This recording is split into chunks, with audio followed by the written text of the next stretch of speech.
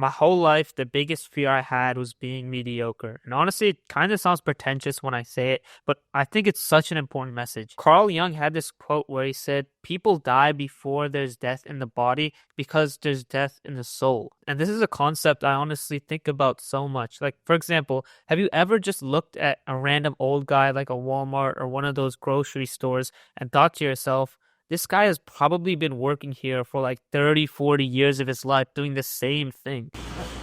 50 years. 7-Eleven. Same here. Wow, 50 years. Anything to say? No.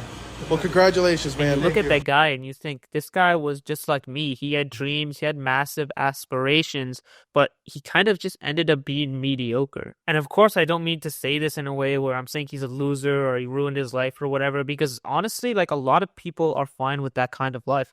A lot of people are just fine living 9 to 5 with a boring job for, 70 years. But if I'm being honest, I think every single soul truly yearns for something deeper. Like, I really don't think people are content with just living 40, 50 years working a dead-end job, a 9 to 5, that they really don't care about. And that's what Jung really meant with this quote, that realistically, most people die after high school or college or whatever, where all of their fun years lasted, and they end up living the rest of their life basically without a spirit or a soul. And the worst part is, if you ask a child about their dreams or aspirations, their eyes are going to light up, right? They're going to say, I want to be an astronaut, I want to be an athlete, I want to be all of these things. And then when you grow up, you realize the entire job of society is to suck that aspiration out of every single child because they say it's unrealistic. Like, have you ever looked at a homeless person or like a drug addict on the street and just thought to yourself, like, that was somebody's child at some point. That was somebody's, maybe only son or only daughter or something like that. It's such an unfortunate situation, but it's kind of crazy how life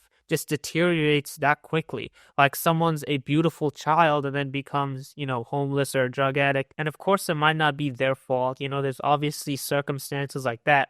But on some level, people have to express their ability to follow their dreams. Now, especially if you live in any big city, like I live in New York, for example. Bing bong. Pretty much everyone that's going to be around you is NPCs. I mean, a person could literally be committing a crime right across the street, and most people are just going to walk across and act like they never saw it. And I feel like the more you look at it and observe these things, the more you realize that what Jung said was completely true. A lot of people just lose their spirit and lose their souls in their early 20s and live their whole life kind of like zombies. But for the longest time, I always thought, like, what was the difference? What was the difference between these successful people? And of course, success is relative to, whatever you kind of want to make it. But what was the difference between those successful people and those people that just end up being mediocre and average? The biggest thing to success is courage. And the reason why is because the biggest block to success is fear. People fear what it takes to not be average because, let's be honest, it's cringe and it's embarrassing. But the way I want you to think about it is, all of your success, everything you ever wanted, is probably behind like 20 hours of cringe or embarrassment or discomfort. And most people are literally scared to take just one step in the direction of their fear or something they're not comfortable with. So here's what I want you to take from this video.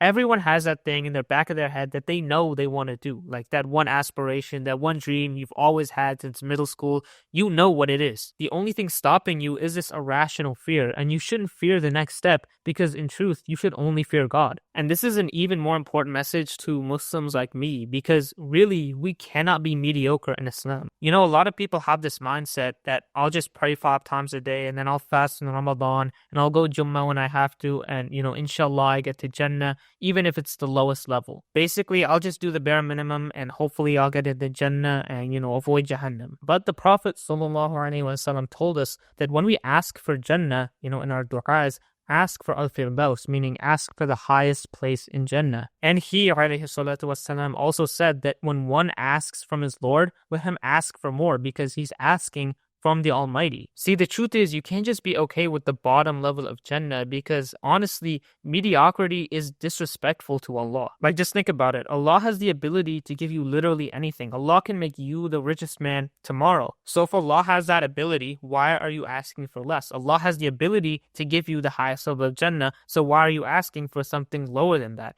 In a way, you're saying that Allah is incapable. So if you're Muslim, I want you to truly take home this message that mediocrity is not something something that we could really just tolerate. Never settle for mediocrity. And at the end of the day, I want you to truly realize that you have absolutely nothing to fear if you actually fear Allah. Assalamu alaikum wa rahmatullahi wa barakatuh.